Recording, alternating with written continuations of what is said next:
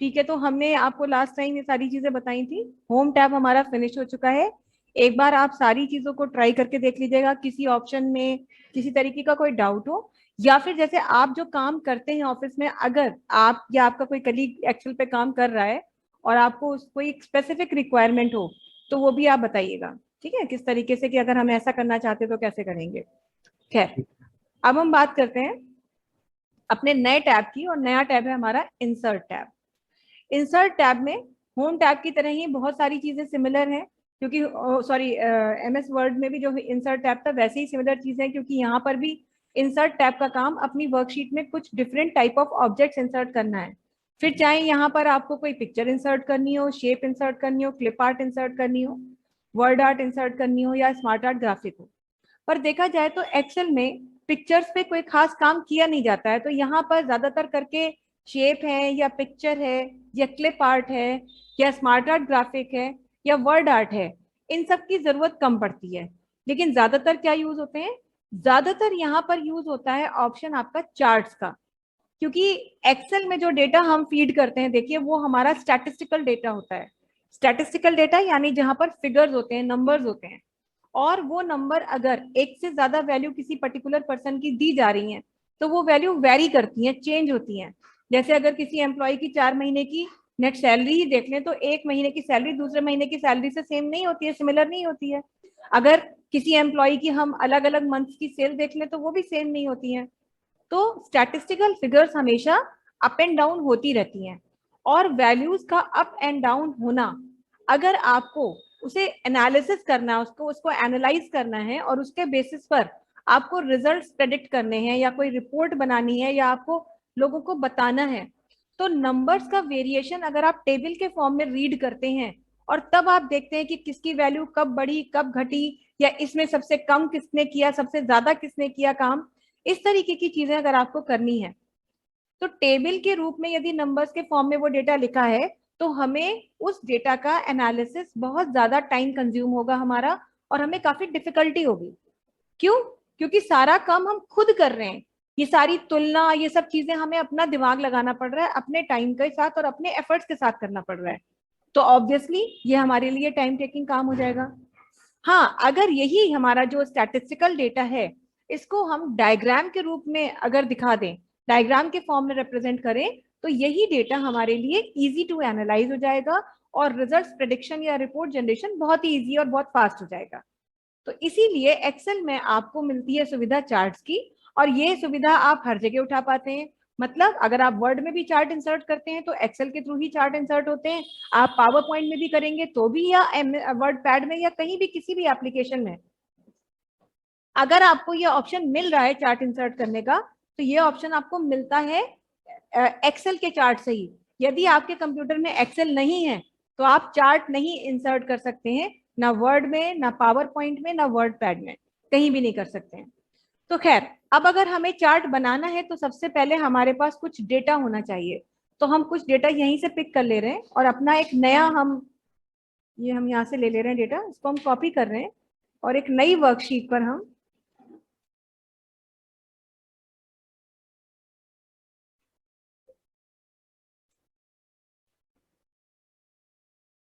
यहाँ पर हम इसको पेस्ट कर दे रहे हैं। ये हमारा डेटा बना हुआ है। यानी एक क्लास में पढ़ने वाले कुछ बच्चों के नाम यहाँ पे लिखे हैं, उनके अलग अलग सब्जेक्ट में उन्होंने आउट ऑफ 100 जो मार्क्स ऑब्टेंड किए हैं, वो मार्क्स की लिस्ट है। अब अगर आपसे ये कह दिया जाए कि भाई जरा बताइए, अमन ने सबसे ज्यादा मार्क्स किस सब्जेक्ट में लाए, तो आप ऐसे देखेंगे, यहाँ से लेकर के यहाँ तक देखेंगे, तब पता चलेगा कि अच्छा, 5th सब्जेक्ट में आए। ऐसे अगर आपको देखना है, मान लीजिए कि यामिनी के सबसे ज्यादा किस में आए, तो इसका कंपैरिजन यहाँ से यहाँ तक होगा, और तब जाकर के आप देखेंगे। और वो तो तब आसान है जब यहाँ पर एक क्लास में 10 ही बच्चे पढ़ रहे हैं, और 5 ही सब्जेक्ट्स हैं। अगर मान लीजिए कोई छोटी क्लास है, 10-10 सब्जेक्ट जहाँ पर होते हैं, तो ऑब्वियसली नंबर ऑफ कॉलम्स बढ़ेंगे। और अगर स्टूडेंट्स ज्यादा हैं, 40-50 बच्चों की स्ट्रेंथ है, तो नंबर ऑफ रोज भी बढ़ेंगी, और आपके लिए एनालिसिस में उतना ही ज्यादा टाइम कंज्यूम होगा। तो इसी चीज को अगर आप चार्ट के बेसिस पर देखेंगे, तो it will be very easy for you to analyse that data. तो अगर आपको एक चार्ट इंसर्ट करना है, तो एक्सेल में आप कई तरीके के चार्ट इंसर्ट करते हैं, और आपने वर्ड में भी देखा कि कई तरह से आप चार्ट इंसर्ट कर पाते हैं। तो चार्ट को एक्सेल में इंसर्ट करने के लिए सबसे पहले आपको पूरा डेटा सिलेक्ट करना है। इस बात का खास ध्यान रखते हुए कि जब भी आप चार्ट के लिए डेटा सिलेक्ट करते हैं, कोई भी एक्स्ट्रा रो, ब्लैंक या एक्स्ट्रा कॉलम नहीं लेना है। यदि आपने डेटा कुछ इस तरह से फीड किया होता कि सपोज बीच में कोई एक ब्लैंक रो होती, मान लीजिए होती ऐसे, तो ये गलत है। अगर आप चार्ट के लिए ये पूरा डेटा ऐसे सिलेक्ट करेंगे तो ये जो एक्स्ट्रा रो बनी है इसकी भी एक सीरीज बन जाएगी। तो जब भी आप चार्ट के लिए डेटा सिलेक्ट करें, इस बात का खास ध्यान रखें कि ना तो कोई ब्लैंक रो बीच में या बाद में हो और ना ही कोई ब्लैंक कॉलम हो। अगर बीच में कोई ब्लैंक रो है तो इसको आप डिलीट करें और उसके बाद ही आप चार्ट के लिए डेटा सिलेक्ट करेंगे, क्योंकि एक्स्ट्रा रो, जो भी कोई ब्लैंक रो या ब्लैंक कॉलम होता है, वो बीच में हो या किनारे हो, कहीं भी हो, वो हमारे चार्ट के लिए एक डेटा सीरीज की तरह से काम करता है। और भले ही ब्लैंक सही, लेकिन वो डेटा सीरीज भी आपको चार्ट में दिखाई देगी, जिसकी वजह से आपको कंफ्यूजन होगा।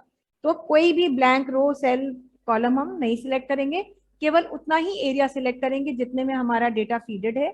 डेटा को सिलेक्ट करने के बाद आप चार्ट्स के अगर ग्रुप पे ध्यान दें तो यहीं पर वैरायटी ऑफ चार्ट्स मिल रहे हैं।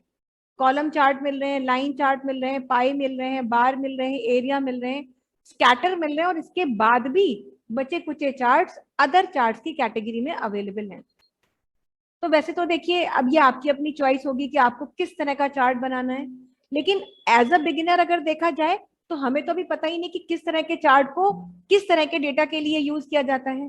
तो एक्सेल में सबसे कॉमन जो चार्ट होता है और सबसे ज्यादा जो यूज किया जाता है वो कॉलम चार्ट ही होता है।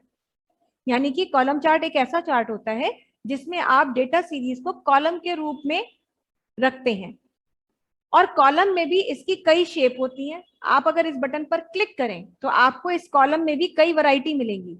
बेसिक तो आपको एक यहाँ पर क्लस्टर्ड कॉलम चार्ट मिलता है, यही फिर आपको यहाँ पर स्टैक्ड कॉलम चार्ट मिलता है, और यहाँ पर ये 100% स्टैक्ड होता है। ये क्या होते हैं अभी हम बात करेंगे इनके बारे में।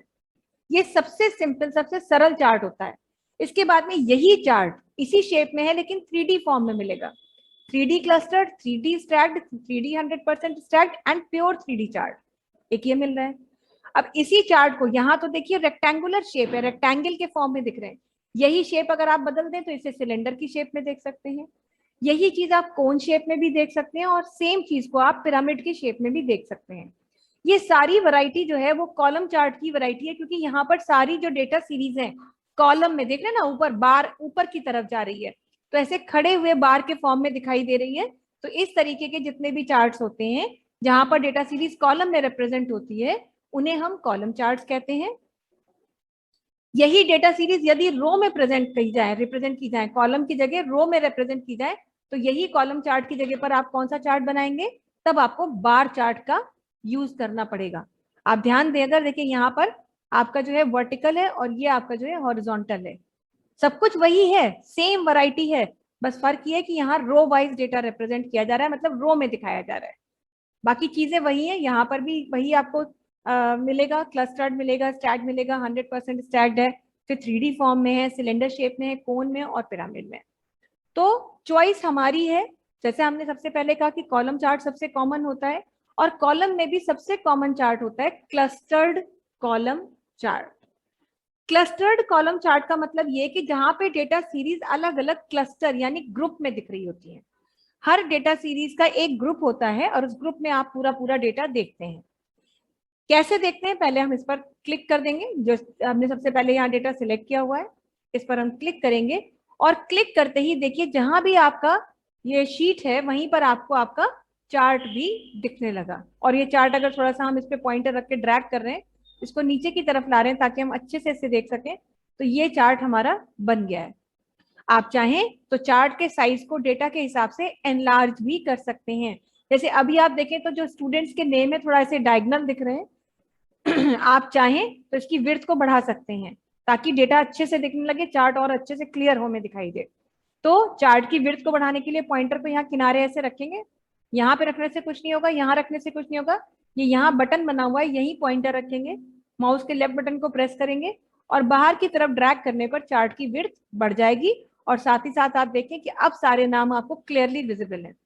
विजिबल पहले भी थे, ऐसा नहीं कि विजिबिलिटी का इशू था, लेकिन पहले बस आपको थोड़ा दूसरे फॉर्मेट में दिख रहे थे, अब इतना कर देंगे तो दिखेंगे तो तब भी, लेकिन अब ऑब्वियसली इतने सारे नाम है तो सारे तो नहीं दिख पाएंगे, तो जो दिख रहे हैं वो दिख रहे हैं, नहीं दिख रहे हैं वो हट जाएंगे, मतलब वो इनविजिबल हो जाएंगे। तो चार्ट की विड्थ को हम अपनी चॉइस के हिसाब से, जैसी जरूरत वैसा ही हम यहाँ पर काम करते हैं। तो ये हमने चार्ट की विड्थ बढ़ा ली, उतनी ही रखेंगे जितने की हमें जरूरत है। ये हमारा चार्ट है। और अब अगर हम अपने डेटा को देखें तो देखिए यहाँ पर क्या था, नाम लिखे हुए थे और यहाँ 5 सब्जेक्ट्स के मार्क्स लिखे थे। तो यहाँ भी देखिए नेम है और पांचों सब्जेक्ट्स के मार्क्स अलग अलग कॉलम में दिखाई दे रहे हैं, और हर सब्जेक्ट को एक डिफरेंट कलर से रिप्रेजेंट किया गया है। और ये चीज हमें कहाँ से पता चल रही है, इस हिस्से से, जिसको हम कहते हैं लेजेंड। चार्ट का ये हिस्सा लेजेंड कहलाता है, जिसमें आपको ये बताया जाता है कि कौन सी एंट्री किस कलर से दिखाई जा रही है। जैसे सब्जेक्ट 1 ब्लू कलर से है, देन सब्जेक्ट 2 रेड से है, सब्जेक्ट 3 आपका ग्रीन से है, फिर ये पर्पल से है, और ये वाला लाइट ब्लू कलर से है। तो कलर्स को देख करके ही आप चीजों को आइडेंटिफाई कर लेते हैं। आपको चार्ट में देख करके वैल्यूज पर देखना भी नहीं पड़ता। जैसे अब अगर हम आपसे कहें कि हमें ये पता करना है कि आदित्य ने सबसे अच्छे मार्क्स किस सब्जेक्ट में लाए, तो सिर्फ आप आदित्य का नाम ढूंढेंगे और यहाँ देखेंगे कि सबसे ऊंची वाली बार कौन सी है, हरे रंग की बार है। और जैसे ही आपने ये चीज पकड़ी कि हरे रंग की बार है, तुरंत आप इधर आएंगे कि हरा रंग किसको रिप्रेजेंट कर रहा है, सब्जेक्ट 3 को। तो तुरंत के तुरंत काम हो जाता है, ना कि यहां से लेकर के यहां तक आप तुलना कर रहे हैं। कोई तुलना नहीं कर रहे, सारी वैल्यू पढ़ने में आपको कुछ समय लग सकता है, लेकिन यहाँ आपको तुरंत आप इजिली रिजल्ट प्रेडिक्ट कर सकते हैं। जैसे ललित का देखना है कि हाईएस्ट सब्जेक्ट किस मार्क्स में आए, तो सब्जेक्ट 4 में, है ना। इस तरह से इतना आसान हो जाता है चार्ट को प्रेडिक्ट करना। हालांकि हो सकता है आपके दिमाग में भी ये चीज आ रही हो कि अभी तो ये 10 बच्चे हैं तो चार्ट इतना बड़ा बना, अगर क्लास में 40 बच्चे पढ़ रहे होंगे तो चार्ट कितना बड़ा बनेगा। तो ऑब्वियसली जैसे जैसे क्लास की स्ट्रेंथ बढ़ेगी या काउंट मतलब डेटा सीरीज की वैल्यू बढ़ेगी, तो ये तो बहुत ही ऑब्वियस सी बात है कि चार्ट का साइज भी बढ़ेगा। लेकिन हाँ, ये बात जरूर है कि चार्ट को हम कुछ इस तरह से दिखा सकते हैं कि चार्ट सबसे कम कॉम्प्लिकेशन के साथ दिखाई दे। खैर, अभी हमने कहा कि भाई ये तो हमें नाम यहाँ दिख रहे हैं और सब्जेक्ट यहाँ दिख रहे हैं, और हम ये चीज तो आसानी से पता लगा सकते हैं कि एक पर्टिकुलर स्टूडेंट ने सबसे अच्छी परफॉर्मेंस किस सब्जेक्ट में दी और सबसे खराब परफॉर्मेंस किस सब्जेक्ट में दी। क्यों? क्योंकि हमें सिर्फ उस स्टूडेंट के उस क्लस्टर पे आना है, उस ग्रुप पे आना है, और शुरू से लेकर अंत तक तुलना करके बता देना है कि ऊंची बार कौन से रंग की है, नीची बार कौन से रंग की है, और बस पता चल जाएगा।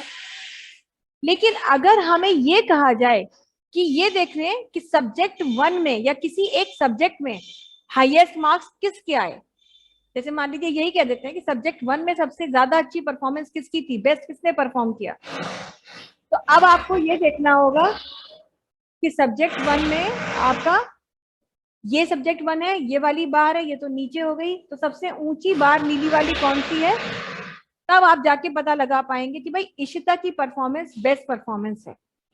ये एक प्रॉब्लम अब हमें हो गई, क्योंकि स्टूडेंट वाइज तो ठीक है, समझ में आया, लेकिन सब्जेक्ट वाइज हमें अभी प्रॉब्लम हो रही है। तो इस सिचुएशन को फेस करने के लिए हम मतलब इतना खुद से समस्या नहीं, हम टाइम नहीं लगाएंगे। हमें क्या करना है, हम ये करेंगे कि कुछ भी ऐसा करें कि ये सब्जेक्ट के नाम इधर दिखने लगे और स्टूडेंट्स के नाम लेजेंड्स में आ जाए।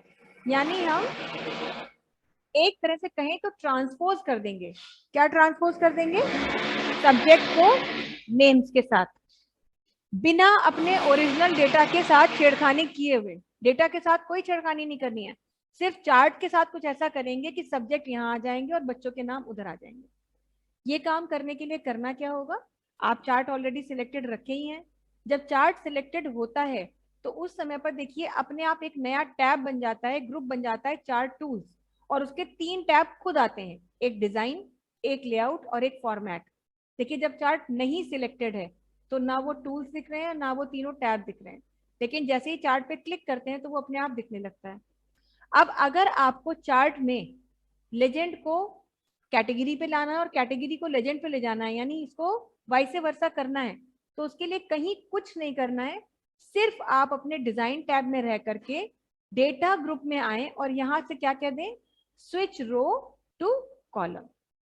बस इतने पे जैसे ही आप क्लिक करेंगे, क्लिक करते ही देखिए डेटा वैसा का वैसा ही रहा, डेटा के साथ कोई काम नहीं हुआ। लेकिन यहाँ अगर आप देखें तो अब सब्जेक्ट्स यहाँ आ गए हैं और स्टूडेंट्स के नेम वहां पहुंच गए लेजेंड्स में, यानी आपका रेसिप्रोकेट हो गया डेटा। अब अगर आपको देखना है कि सब्जेक्ट 1 में सबसे अच्छा किसने परफॉर्म किया, तो आप देखेंगे कि ये पिंक कलर की बार सबसे हाईएस्ट है, और पिंक कलर की बार यहाँ पर किससे रिप्रेजेंट हो रही है, इशिता से हो रही है। सब्जेक्ट 4 में सबसे खराब परफॉर्मेंस किसने दी, पर्पल कलर ने। पर्पल कलर किससे दिखाया जा रहा है, यहाँ पर ये दिखाया जा रहा है आपको आदित्य से। तो इस तरह से इतनी आसानी से आप किसी भी चार्ट में डेटा के बेसिस पर चार्ट इंसर्ट कर सकते हैं, और डेटा को, लेजेंड को कैटेगरी और कैटेगरी को लेजेंड में ला सकते हैं। इतनी चीज क्लियर है आपको? जी क्लियर है। Very good. तो ये तो हमने यहाँ कर लिया, तो अब हमारे लिए मतलब डेटा को वो करना आसान हो जाता है, कोई प्रॉब्लम नहीं होती है। और वैसे खास बात तो ये है कि अगर अपने डेटा की सॉफ्ट कॉपी आप देख रहे हैं, मतलब चार्ट की सॉफ्ट कॉपी आप देख रहे हैं, तो पॉइंटर को किसी भी डेटा सीरीज में जब आप लाते हैं तो वो वैसे भी आपको डिस्प्ले कर देता है उसकी डिटेल्स, कि भाई ये किसका किसका पॉइंट है, ये निहाल है, इनके किस सब्जेक्ट के मार्क्स है, सब्जेक्ट 2 के हैं, और कितने मार्क्स है, 87 है। सब कुछ पॉइंटर को डेटा सीरीज पे रखते ही एकदम सामने ही आ जाता है। हालांकि ये जो आता है ये सिर्फ आपका कब आता है, जब आप सॉफ्ट कॉपी देख रहे हैं। अगर आप कोई प्रेजेंटेशन ले रहे हैं, वापस से हम डेटा को कर दे रहे हैं पुराना, अगर आप कोई प्रेजेंटेशन दे रहे होते और वहां पे ये चार्ट आप डिस्क्राइब कर रहे होते, तो आपके लिए कोई चीज मुश्किल नहीं है, क्योंकि वहां पर आप चार्ट को इस तरह से एनालिसिस उसका कर सकते हैं, और सॉफ्ट कॉपी में डेटा की वैल्यूज वहीं से दिखा सकते हैं, पॉइंटर को वहां रखते ही। समस्या तब आती है जब इस चार्ट को अगर हम प्रिंट आउट निकालें, और प्रिंट आउट निकालने पर हमें चाहिए कि ये चीज भी यहाँ प्रिंट हो जाती, जैसे इसके कितने नंबर है, मान लीजिए 67, तो 67 यहाँ प्रिंट हो जाए। अगर डेटा सीरीज के साथ उनकी वैल्यू को प्रिंट कराना है, तो इसका मतलब ये है कि हमें चार्ट का लेआउट बदलना है। किसी भी चार्ट का लेआउट बदलने के लिए आपको डिफरेंट लेआउट्स अवेलेबल होते हैं। कुल मिलाकर के 11 लेआउट्स होते हैं, जिन्हें आप अपनी जरूरत के हिसाब से चेंज कर सकते हैं। और वो लेआउट्स होते कहाँ हैं, वो लेआउट्स भी डिजाइन टैब के अंदर चार्ट लेआउट्स ग्रुप में ही रहते हैं। अगर आप यहाँ क्लिक करें तो ये देखिए पूरे 11 लेआउट्स आपको दिखा रहा है। इनमें से जो भी लेआउट आपकी जरूरत पूरी करे वो लेआउट आप यूज कर सकते हैं। जैसे हमें डेटा सीरीज की वैल्यू साथ में प्रिंट करनी है, तो हमें लग रहा है कि ये वाला जो है दूसरा और चौथा, लग रहा है क्या, मतलब ये दूसरा और चौथा होता ही है जिसमें आप डेटा सीरीज को प्रिंट करा सकते हैं। तो ये देखिए क्लिक करते ऐसे प्रिंट हो रहा है। अगर हम इसका चौथा वाला लेआउट देखें तो ये कुछ ऐसे प्रिंट हो रहा है। तो आप कहेंगे प्रिंटिंग तो हो रही है, लेकिन ये तो बड़ा खराब लग रहा है देखने में। खराब से ज्यादा तो ये है कि जब हम इसको प्रिंट करेंगे तो हम खुद कंफ्यूज हो जाएंगे कि इसके कितने मार्क्स हैं, इतना बिल्कुल नंबर्स एक दूसरे पर ओवरलैप हो रहे हैं। तो ऐसा क्या करें कि नंबर प्रिंट भी हो जाए और देखने में भद्दा भी ना लगे। तो यहाँ पर ये प्रॉब्लम इसलिए आ रही है, वापस से इसको नॉर्मल कर रहे हैं, ये प्रॉब्लम हमें इसलिए आ रही है क्योंकि यहाँ पर डेटा सीरीज जो है बहुत सारी हैं, और बच्चों के नाम भी बहुत सारे हैं, आगे चल के तो ये नाम बढ़ ही सकते हैं। तो क्यों ना ऐसा किया जाए कि ये जो डेटा सीरीज अलग अलग दिख रही हैं, एक क्लस्टर के फॉर्म में दिख रही हैं, कुछ ऐसा करें कि ये डेटा सीरीज एक के ऊपर एक दिख जाए, 5 अलग अलग दिखने के बजाय एक के ऊपर एक लगा दी जाए। और जब आपको ऐसा करना है तब आपको चार्ट का टाइप बदलना है।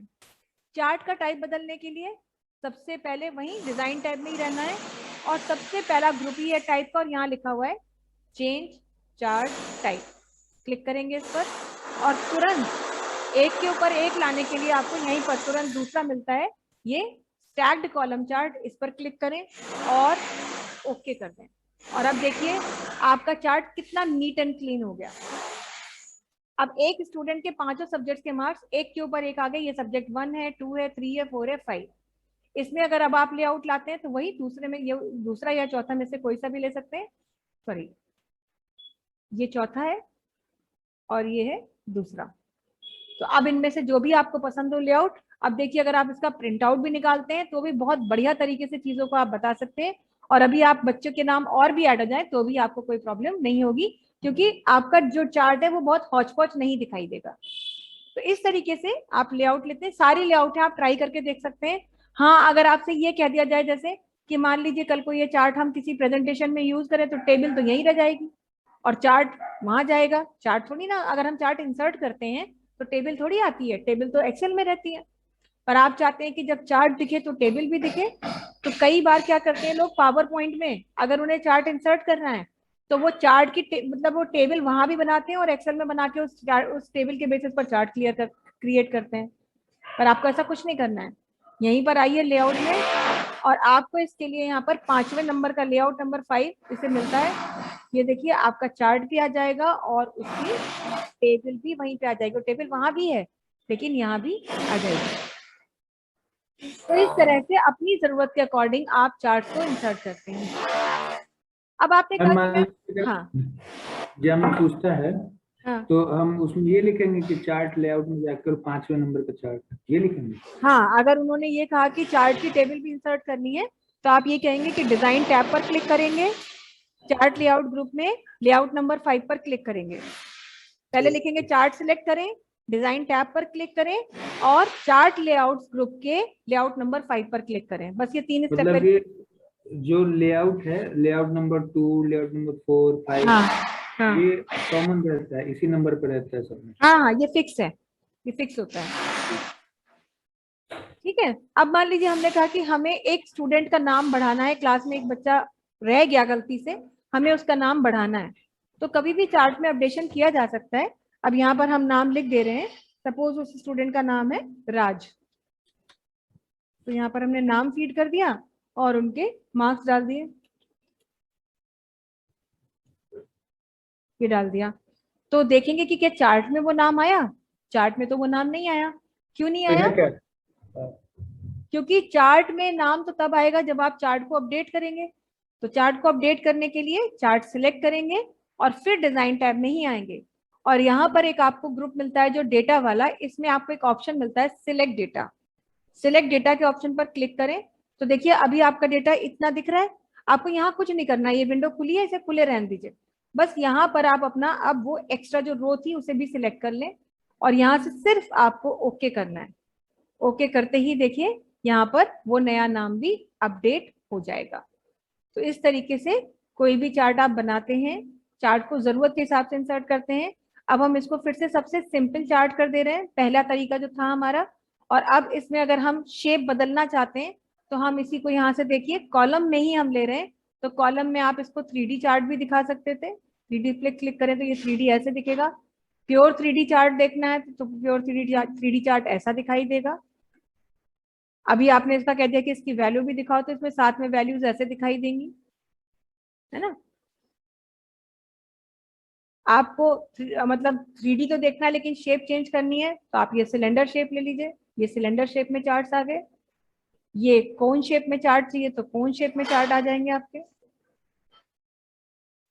और पिरामिड शेप में चार्ट चाहिए तो यही चार्ट आपके पिरामिड शेप में भी आ जाएंगे। आपको 3D नहीं चाहिए, आपको स्टैक्ड चाहिए तो आप स्टैक रखिए, वो कोई जरूरी नहीं कि आप 3D ही रखें। ये देखिए ये स्टैक्ड चार्ट है, चाहे पिरामिड लीजिए चाहे कोन लीजिए, जो भी आपकी जरूरत है उसके हिसाब से आप ले सकते हैं। तो ये हमारा सबसे सरल होता है टाइप जो होता है वो कॉलम होता है, कि कॉलम, और सबसे कॉमन भी होता है कॉलम का। इसी तरीके से अगर आपको मान लीजिए कॉलम चार्ट की जगह पर चाहिए कोई यही डेटा सीरीज जो कॉलम में दिख रही है रो में दिखाना है, तब आप बार चार्ट यूज कर सकते हैं। और यहाँ देखिए चार्ट में भी आपको कितने सारे साधन हैं। ये तो आप चार्ट बना ही रहे हैं लेकिन अगर आप चार्ट को सिलेक्ट करें और डिजाइन टैब में जाएं तो चार्ट के डिजाइन के लिए इतने सारे स्टाइल्स अवेलेबल हैं। ये देखिए इतने सारे स्टाइल, जो पसंद हो उस पर बस क्लिक भर करना है आपको। और ये देखिए चार्ट आ गया। प्रिंट आउट निकालेंगे, अगर कलर प्रिंटर है एग्जैक्टली ऐसा ही प्रिंट आउट निकल करके आएगा इस तरीके से। तो ये चार्ट के टाइप भी आप यहाँ से सिलेक्ट, स्टाइल भी आप सिलेक्ट कर सकते हैं। ठीक। इसके अलावा ये तो बना बनाया स्कीम आपने पूरा ले लिया, लेकिन अगर आप कहते हैं कि साहब हम तो अपनी पसंद से काम करना चाहते हैं, हमें खुद से करना है जो भी करना है, तो आप अपनी पसंद से भी चीजें कर सकते हैं। जैसे चार्ट का टाइटल आपको बदलना है, आपने कहा यहाँ लिखना चाहते थे हम मार्क्स रिपोर्ट, तो इसी चार्ट टाइटल पे क्लिक करें। ये देखिए आपका कर्सर यहाँ आ गया है। अब आप इसे डिलीट कर दीजिए जो लिखा हुआ है और यहाँ आपको जो भी लिखना है वो आप लिख दीजिए, ये आ गया।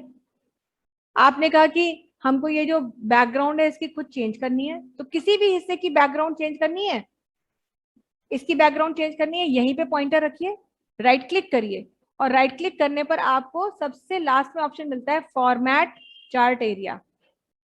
अगर आप यही पॉइंटर यहाँ रख करके राइट क्लिक कर दें तो यहाँ मिलता है फॉर्मेट वॉल्स। अगर यही पॉइंटर यहाँ टेक्स्ट पे रख करके राइट क्लिक कर दें तो आपको मिलता है फॉन्ट। मतलब हर जगह को, हर हिस्से को आप बदल सकते हैं। फॉर्मेट एक्सेस भी होता है। तो हम आपको दिखा देते हैं एक चार्ट में कि अगर आपको चार्ट एरिया बदलना है तो यहाँ पॉइंटर रखा और राइट क्लिक किया, format chart area. Background colour कैसा चाहिए तो हमने कहा ग्रेडियंट कर दीजिए। तो ये देखिए अपने आप से स्कीम दिखा रहा है। बाकी आपको कोई स्कीम लेनी है तो आप अपने सबसे स्कीम ले लीजिए, जो भी लेनी है। ये इतने सारे तरीके हैं यहाँ पर स्कीम के। उसमें भी ये लीनियर लेना है, रेक्टेंगुलर लेना है, रेडियल लेना है कि कोनिकल लेना, पाथ लेना, जो ये सब, ये देखिए बैकग्राउंड में आपको सब चीजें दिख रही हैं। इतना दिख रहा है। इवन कलर भी आपने कहा स्टाइल तो ठीक है लेकिन कलर उतना मजेदार नहीं लग रहा, तो कलर आप अपने हिसाब से सिलेक्ट कर लीजिए जो भी आपको। ये बीच का कलर देखिए ब्लू हो गया है, आप कोई डार्क कलर ले लेंगे तो ये डार्क कलर हो जाएगा। तो इस तरीके से आप कर सकते हैं। ट्रांसपेरेंसी कितनी रखनी है, ट्रांसपेरेंसी रख दीजिए। ये देखिए मतलब एक एक चीज पर काम किया जा सकता है। तो ये आपने कहा। अब अगर आपने कहा कि हमें फॉर्मेट करनी है वॉल्स, तो राइट क्लिक करिए, फॉर्मेट वॉल। वॉल क्या है, जो ग्रिड्स आ रही हैं इनको। तो इस पे कैसे देखना है आपको। अब आपने कहा कि यहाँ पे जो हमारी वॉल है इसको भी हम यहाँ पर देना चाहते हैं, मान लीजिए सॉलिड कलर फिल करना चाहते हैं। तो ये देखिए अब सॉलिड में कौन सा कलर फिल करना है वो एक बार फिर आपकी मर्जी, जो भी कलर देना हो तो वो दे दिया। ग्रेडियंट लेते तो फिर वही स्कीम मिलती है आपको। पिक्चर लेते, टेक्सचर लेते तो टेक्सचर ले सकते थे। यहाँ से ये देखिए इतने सारे टेक्सचर अवेलेबल है, कोई भी टेक्सचर उठा लीजिए। तो ये है। आपने कहा कि ये जो नाम लिखे हैं हमें ये नाम ब्लैक कलर से नहीं अच्छे लग रहे, राइट क्लिक करिए, फॉन्ट पे आ जाइए। इसका कलर चेंज करना है, फॉन्ट का क्या कलर करना है वो कलर दे दीजिए, जो कलर पसंद हो वो कलर ले लीजिए। आपने कहा कि ये जो हमारा कंटेंट है इसको हमें अच्छा अंडरलाइन रहने देते हैं, यहाँ पे हमने कहा इसे बोल्ड कर देना है तो बोल्ड कर दीजिए, ओके करिए। ये देखिए ऐसे ही यहाँ पे इसको भी कर सकते हैं, हर चीज को, ये जो वैल्यूज लिखी हैं इनको भी कर सकते हैं। यहाँ तक कि अगर पॉइंटर यहाँ रखेंगे, ये जो नीचे फ्लोर है, राइट क्लिक करिए, ये देखिए फॉर्मेट फ्लोर, जिस हिस्से पे पॉइंटर रखा और राइट क्लिक किया तो वहां पर आपके पास उसके लिए ऑप्शन आ गया। ये देखिए ये फ्लोर हो गई। तो करने को तो आप बहुत कुछ कर सकते हैं चार्ट में, मतलब ये सारी चीजें एक एक चीज चेंज कर सकते हैं, लेकिन इतना किया नहीं जाता है। क्यों? क्योंकि चार्ट अपने आप में इतना स्टैंडर्डाइज्ड ऑप्शंस के साथ अवेलेबल होता है और फिर उसके अलावा हमें इतनी सारी स्कीम्स मिलती हैं कि हमें जरूरत पड़ती नहीं है। फिर भी अगर हमें करना ही है तो हमारे पास इस बात की सुविधा है कि हम एक एक चीज को यहाँ पर सही तरीके मतलब अपनी पसंद से दिखा सकें। तो ये तो हो गया हमारा कि हमने एक कॉलम चार्ट बनाया। अगर इसी को हम यहाँ पर, अगर हम कॉलम की जगह बार चार्ट बनाते तो कैसे करते। ये चार्ट हम डिलीट कर रहे हैं, डेटा फिर से सिलेक्ट कर रहे हैं, बार चार्ट के लिए इंसर्ट पे आएंगे और ये देखिए बार चार्ट है, सिंपल बार चार्ट। वही चीज जो आपने कॉलम में देखी थी ये आपको यहाँ पर बार चार्ट में मिल रही है। और आप इसकी हाइट बढ़ाएंगे तो ये देखिए नाम वगैरह सब अच्छे से आपको दिखाई दे रहे हैं और सारे नाम दिख रहे हैं। इसी को आपको क्लस्टर में करना है तो चेंज चार्ट टाइप में जाइए, यहीं से बार में आइए और ये देखिए क्लस्टर कहना सॉरी स्टैक में करना है तो स्टैक बना दीजिए। इसमें भी आपको वैल्यू प्रिंट करानी है, वैल्यू प्रिंट करा दीजिए। मतलब वैल्यू प्रिंट कराने का ये है यहाँ पर, ये ले लीजिए। तो हर चीज है। तो इस तरह से जो है बार चार्ट आप बना सकते हैं। फिर शेप, यहाँ भी कौन सिलेंडर पिरामिड सारी होती हैं तो ये आप बार चार्ट लेते हैं। नेक्स्ट हमारा जो चार्ट है हम बात करेंगे अब अपना लाइन चार्ट की। इसी डेटा को सिलेक्ट कर रहे हैं, इंसर्ट में जा रहे हैं और अब हम बात करते हैं लाइन चार्ट। लाइन चार्ट जहां पर आपकी डेटा सीरीज लाइन के रूप में, लाइन का एक पाथ बन जाता है और उसके फॉर्म में ही आपका डेटा दिखने लगता है। और लाइन में भी सिंपल लाइन भी है, लाइन विद मार्कर पॉइंट्स भी हैं और ये आपके यहाँ पर 3D लाइन्स भी हैं। जैसा भी आपको लेना है वैसा आप ले सकते हो। पहले हम सबसे सिंपल लाइन का चार्ट देखते हैं बना के। जैसे ही हम इस पर क्लिक करेंगे ये देखिए लाइन चार्ट तो बन के आ गया, लेकिन अगर अभी हम खुद भी इसको समझने बैठे तो हम इसे समझ नहीं सकते, चाहे हम इसको कितना भी बड़ा कर दें। समझने में इसको बहुत मुश्किल होगी, बहुत ज्यादा मुश्किल होगी। क्यों? क्योंकि डेटा की जो वैल्यूज हैं वो इतनी आसपास हैं जिसकी वजह से लाइंस एक दूसरे के साथ कट रही हैं और इन्हें हमें पढ़ना समझना हमारे लिए बहुत मुश्किल है। किसी को बताने लग गए कि भाई ये इस सब्जेक्ट के हैं, इस स्टूडेंट के हैं, तो हम इसको नहीं बता सकते। तो लाइन चार्ट तब तक तो हमारे लिए साधारण वाला सही रहता है जब तक डेटा सीरीज एक या दो हो ज्यादा से ज्यादा।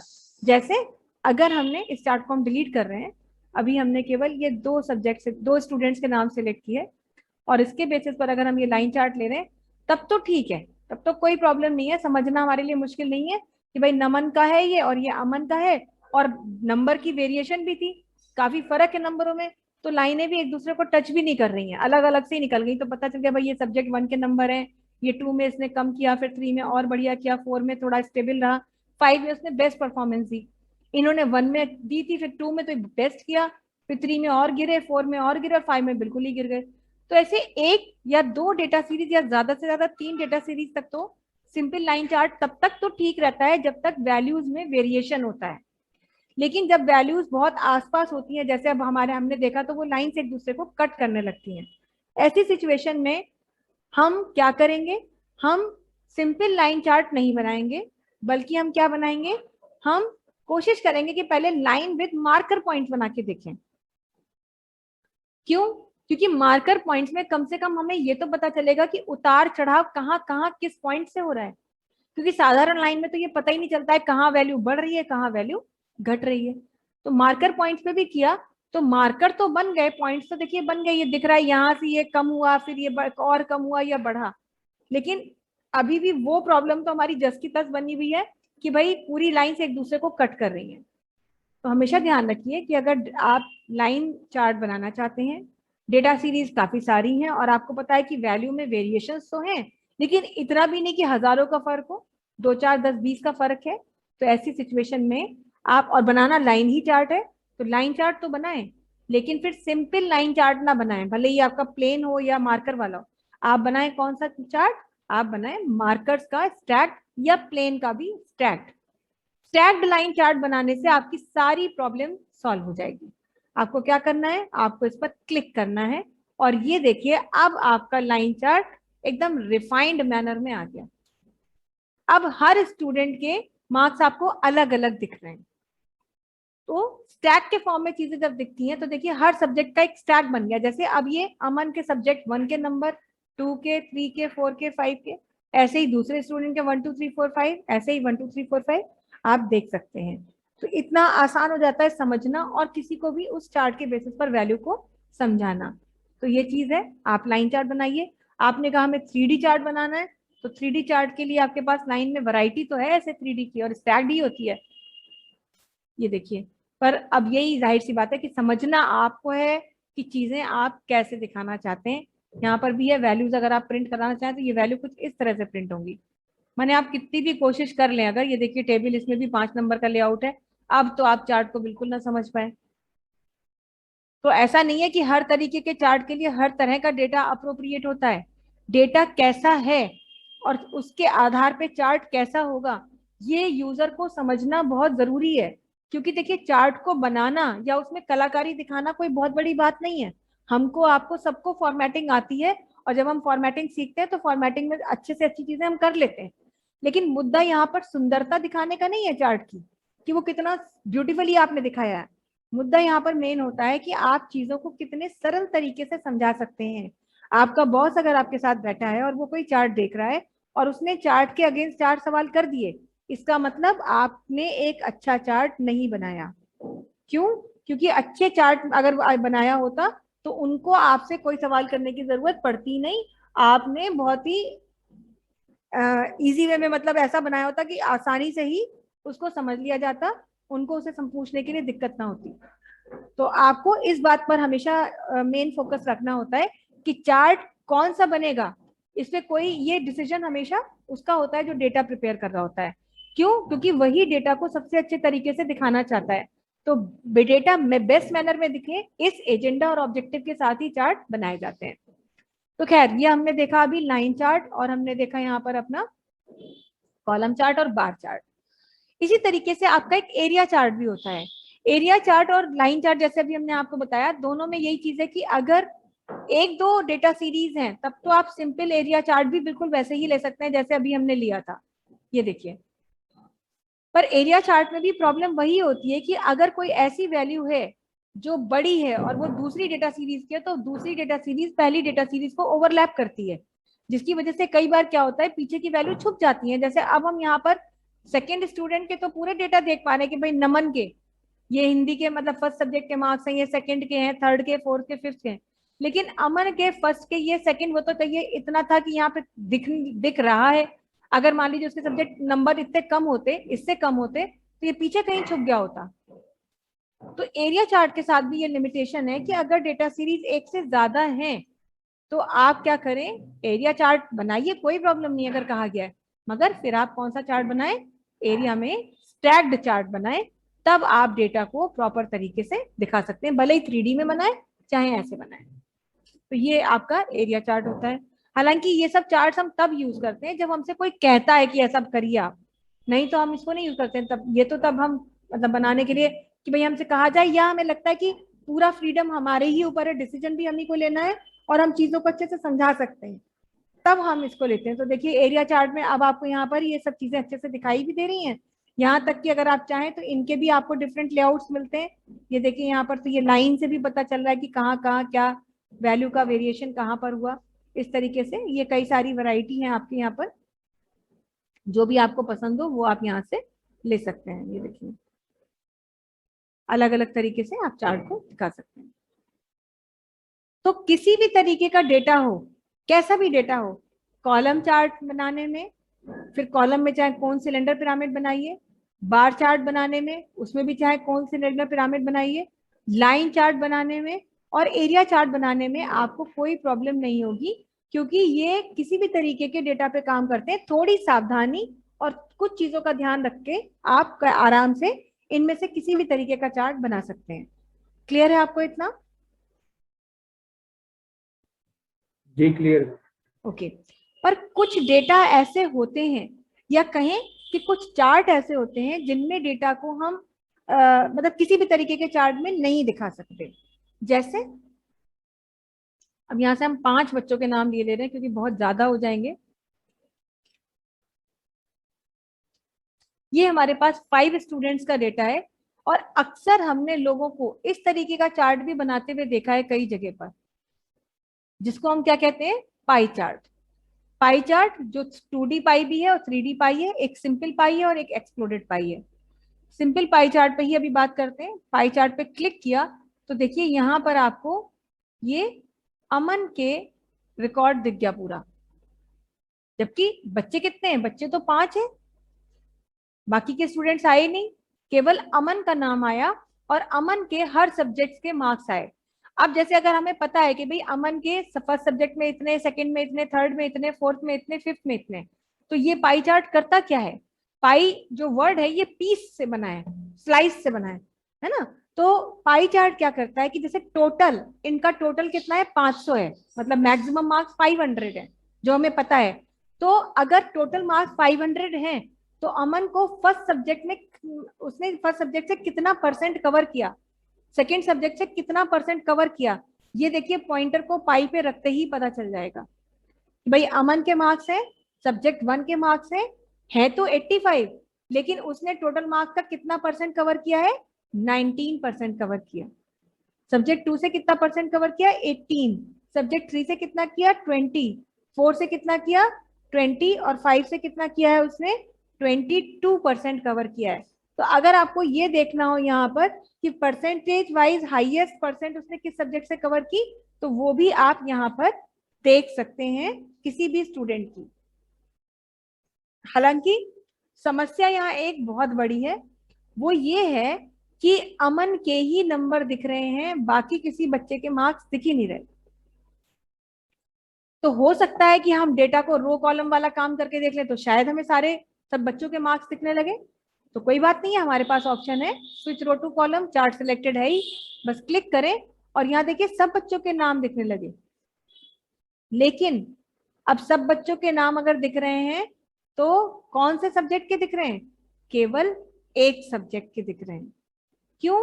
क्योंकि पाई चार्ट की ये लिमिटेशन है, मतलब उसकी खासियत मान लीजिए या लिमिटेशन मानिए कि या तो वो ऐसे दिखाएगा डेटा, यानी एक नाम 5 सब्जेक्ट, या वो ऐसे दिखाएगा डेटा सारे नाम केवल एक सब्जेक्ट।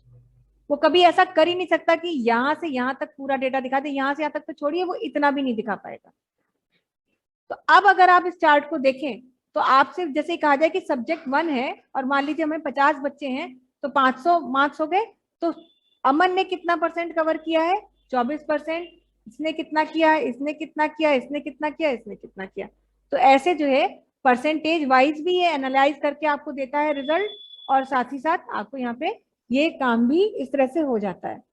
हाँ, परेशानी क्या है? परेशानी यही है कि भाई एक बार में एक ही डेटा सीरीज दिखाई जाएगी। तो इस तरह का चार्ट आप पाई चार्ट में बनाते हैं।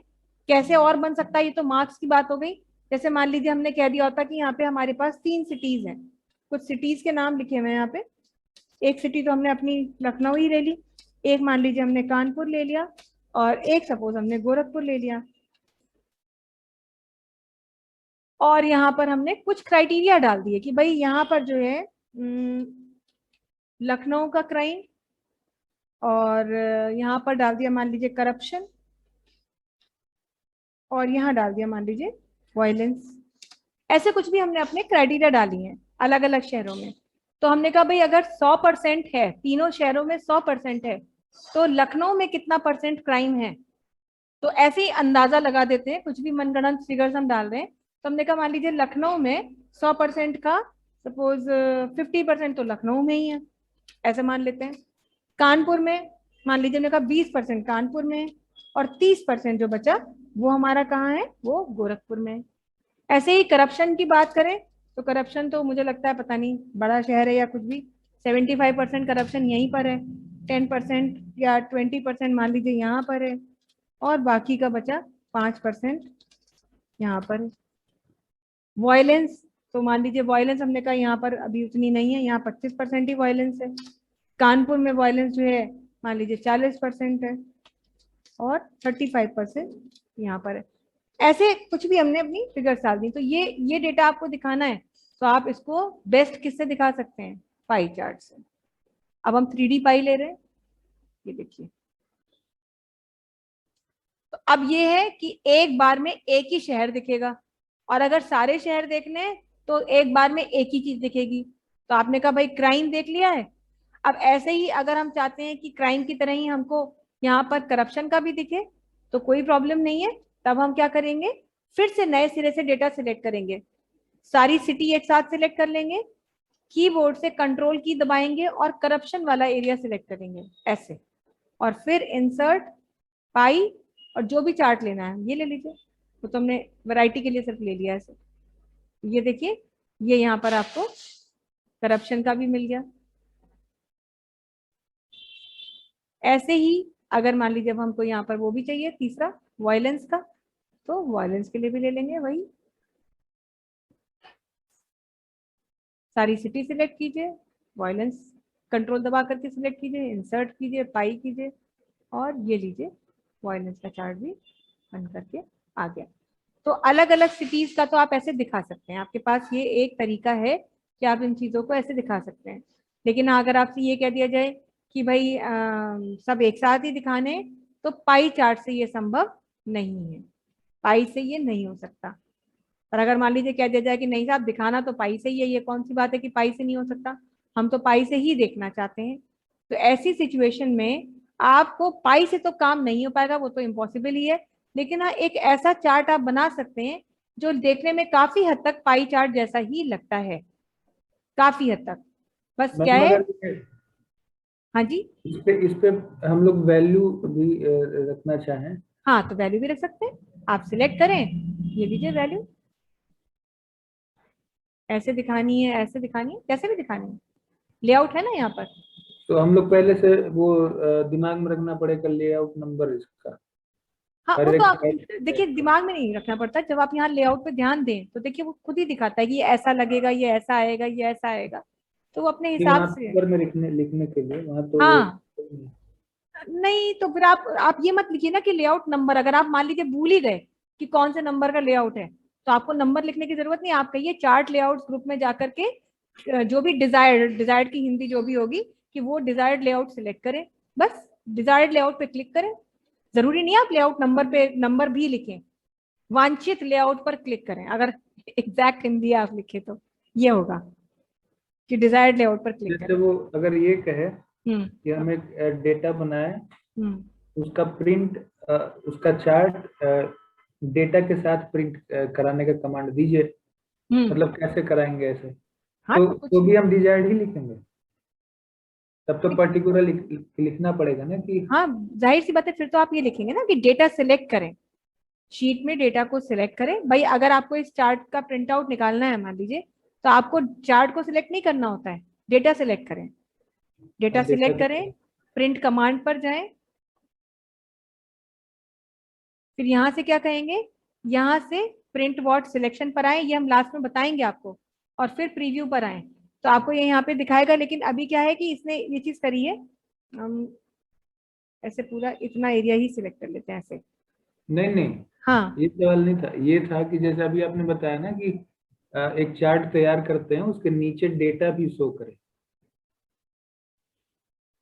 अच्छा, वो टेबल हाँ, उसके नीचे डेटा भी लिखा नहीं हुआ तो शो। पाई में नहीं है, ये पाई में नहीं होता है, ये देखिए। अब पाई में। हाँ पाई में ये चीज नहीं होती है। तो पाई में नहीं होता है, कॉलम में ही होता है मान लीजिए। बाकी सब में होता है। हाँ तो तो तब आप इसके कह लिए सकते तो हैं, हाँ लिखना पड़ेगा। तब आप कह सकते हैं कि डिजायर्ड लेआउट पर क्लिक करें।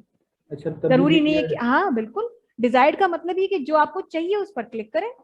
जरूरी थोड़ी कि आप नाम ही, मतलब वो नंबर ही लिखें। वो तो मैंने आपको इंसर्ट करने के लिए बताया कि भाई अगर ये काम करना है तो 5वें नंबर का लेआउट होता है। लेकिन अभी ये एग्जाम में जरूरी आपको याद है रहा है, आपको पता है कि 5वें नंबर पे लेआउट है, तो आप लिख दीजिए। पर अगर मान लीजिए नहीं भी याद आ रहा है तो कोई जरूरी नहीं है, आपके लेआउट के नंबर लिखने से ना आपको एक्स्ट्रा मार्क्स मिलेंगे, और लेआउट का नंबर ना लिखने से मार्क्स कटेंगे नहीं। वहां तो क्या है भाई, आपको जो लेआउट चाहिए उस पर क्लिक करें, तो उसके लिए आप लिख दीजिए कि डिजायर्ड लेआउट पर क्लिक करें या वांछित लेआउट पर क्लिक करें। पर्टिकुलर नहीं, पर्टिकुलर वर्ड तो गलत हो जाएगा फिर। पर्टिकुलर का मतलब तो हो गया कोई भी, लेकिन आप क्या है, आप डिजायर्ड जो आपको चाहिए उस पर क्लिक करें। तो डिजायर्ड तो हम सिलेक्ट करते हैं ना, हमें ये चाहिए कि हमको ये चाहिए, तो हम जिस पर क्लिक करते हैं वैसा हमारा लेआउट आ जाता है। ये चीज है। जी जी। ठीक है। पर अब ये तो आपने अलग अलग डेटा के साथ बना दिया और चीजें भी बढ़िया तरीके से दिखा दूं। बट सपोज यही कहा जाता कि नहीं, बनाना भी आपको इसी के जैसा है, चाहिए तो भाई पाई जैसा ही, लेकिन अलग अलग नहीं चाहिए। शहर सारे और सारे इनके क्राइम करप्शन वायलेंस का रिकॉर्ड एक ही चार्ट में चाहिए। तो पाई चार्ट से मिलता जुलता एक चार्ट हमें मिलता है जिसका नाम है डोनट चार्ट। तो अगर ऐसी कभी कोई हमारे सामने समस्या हो कि हमें ऐसा करना है, तो हम डोनट चार्ट को यूज करते हैं। कैसे करते हैं, डेटा सिलेक्ट करेंगे पूरा, इंसर्ट करेंगे, और इसके लिए आपको जाना होगा अदर चार्ट्स में। अदर चार्ट्स पे क्लिक करें तो यहाँ देखिए डोनट है। डोनट इसका नाम इसलिए क्योंकि इसकी शेप डोनट जैसी होती है, जो डोनट मार्केट में मिलते हैं, डोनट केक्स मिलते हैं और ये सब मिलते हैं मार्केट में बेकरी पर, तो उसकी शेप ऐसी होती है इसलिए इसको डोनट कहते हैं। चाहे आप सिंपल ले लीजिए, चाहे एक्सप्लोडेड ले लीजिए, बिखरा हुआ टूटा हुआ सा, और ये चाहे प्लेन ले लीजिए। तो ये देखिए आपका एक डोनट चार्ट आ गया।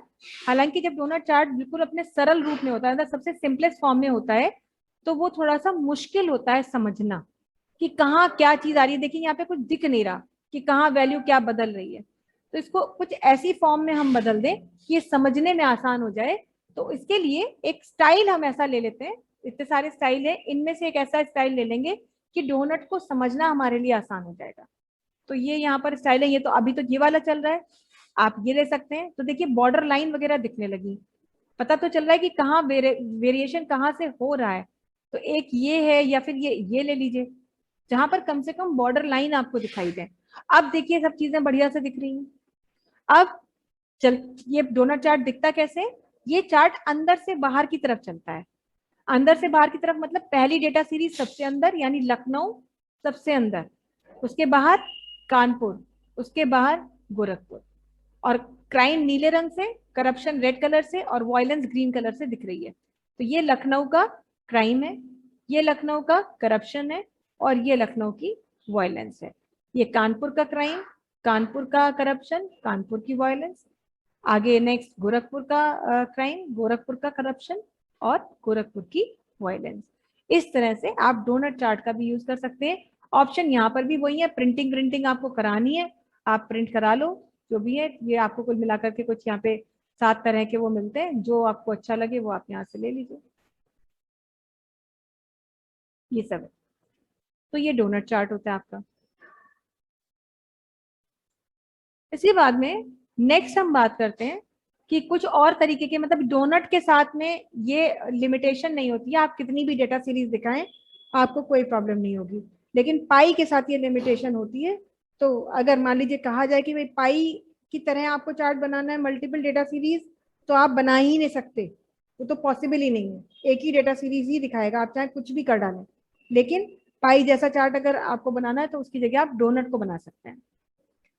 एक और तरीके का हमारा चार्ट होता है, इसमें यहीं से ले लेते हैं हम, एक नया डेटा बना देते हैं। मान लीजिए हमने कहा कुछ क्लास है हमारे पास, क्लास हमने लिख दी 8, क्लास 9 और क्लास 10।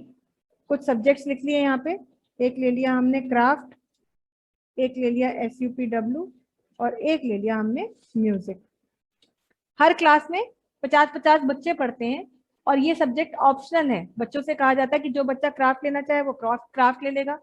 तो यहाँ पर क्या हुआ है कि 15 बच्चों ने क्राफ्ट लिया, 20 बच्चों ने SUPW लिया और 15 ने म्यूजिक ले लिया। यहाँ 10 ने ये लिया, 10 ने ये लिया, 30 ने ये लिया। यहाँ पर 25 ने ये लिया, 10 ने ये लिया, बल्कि 15 कर देते हैं, यहाँ लिया और 10 ने ये लिया। तो इसको आप दिखाना चाहें तो आपके कॉलम चार्ट तो है ही, लेकिन वैरायटी अगर दिखाना चाहते हैं तो अदर चार्ट्स में ही आएंगे और यहाँ से रडार चार्ट का यूज भी कर सकते हैं। रडार चार्ट एक ऐसा चार्ट होता है जिसकी एक्स वाई एक्सेस नहीं होती है, जीरो एक्सेस होती है, मतलब यहाँ पर आपको एक्स और वाई नहीं मिलता है, यहाँ से चार्ट शुरू होता है बीच से।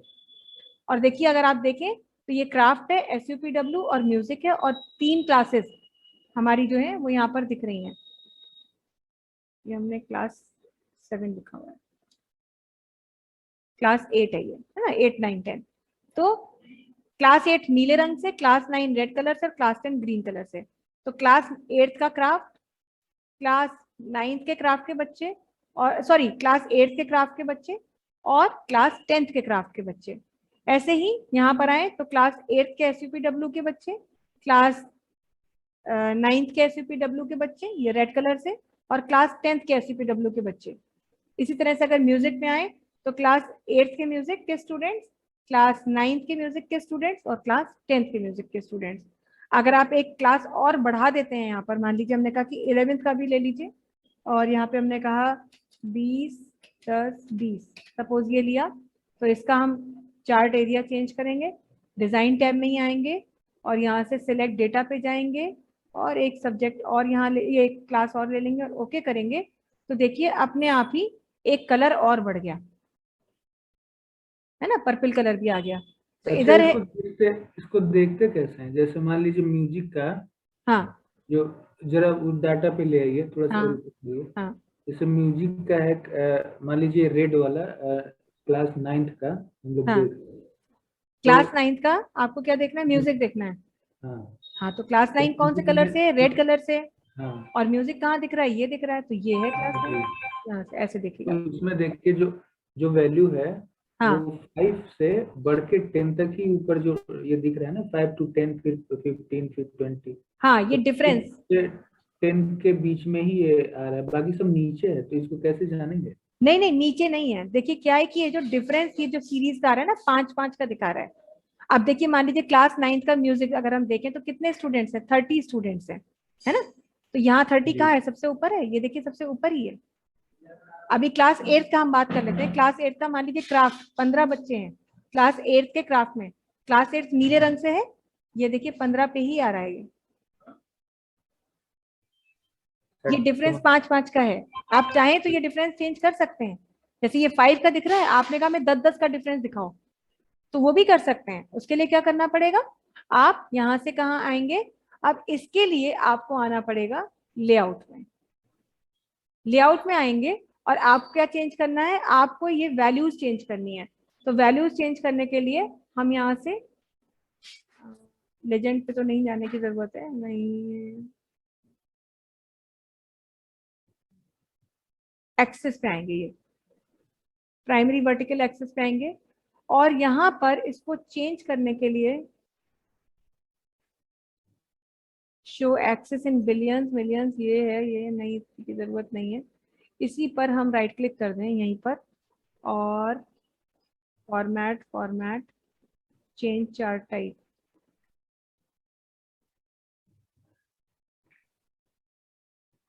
ये डिफरेंस हमें चेंज करना है ना।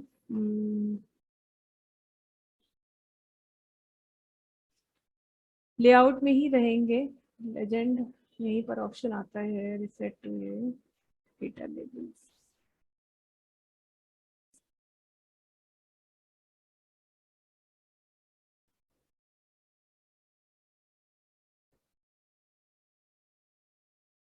मे बी इसमें ना होता हो, ये रडार में ना होता, वैसे होता है। ये है ना यहाँ पर number, link to source, fill colour,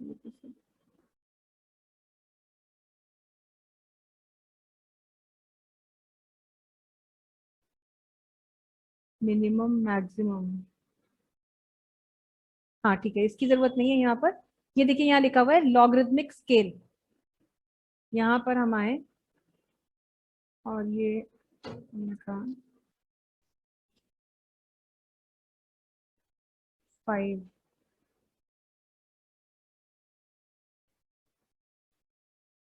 तो ये 5 5 का हो गया, मतलब 1, एक के बाद 5, फिर 25, फिर 125।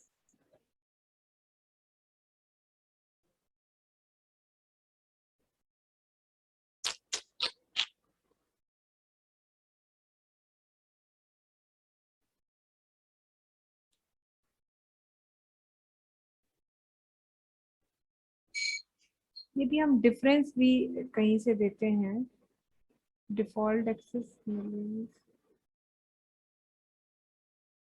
मतलब हमें ये तो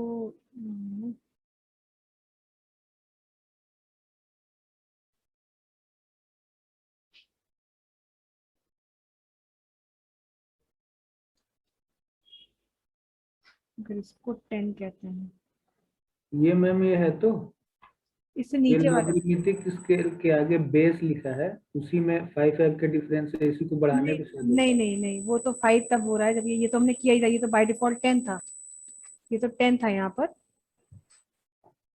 ये है ना। नहीं ये नहीं है, ये यहाँ पर जहाँ तक आएगा मुझे लगता है, ये मेजर यूनिट है ना ऑटो, 5 5 का डिफरेंस दिखा रहा है, 0 5 10। इसको अगर हम फिक्स करें और इसको हम कह दें 10,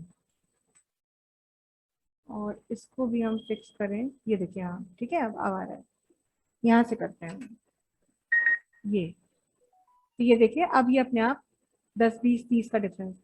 मिनिमम वो माइनर और मेजर यूनिट चेंज करते हैं, एक्सेस में आएंगे, यहाँ आएंगे और सबसे लास्ट पे क्लिक कर दीजिए, तो यहाँ पर हमने मेजर यूनिट और माइनर यूनिट, इनफैक्ट अगर हम माइनर को ना भी चेंज करें तो कोई प्रॉब्लम नहीं है, मेजर में हमने कर दिया, ऑटो रहता है वैसे बाय डिफॉल्ट, तो ऑटो का मतलब तो ये कि अपनी तरफ से वो जो 5 5 का डिफरेंस दिखा रहा है, आपको 5 का नहीं चाहिए, 10 का चाहिए, 20 का चाहिए, तो फिक्स पे क्लिक करिए और यहाँ उतना डिफरेंस आप डाल दीजिए और ओके करिए, तो देखिए अब आपको यहाँ पर 0, फिर 10, फिर 20, फिर 30 इस तरह से दिखने लगेगा ये चीज।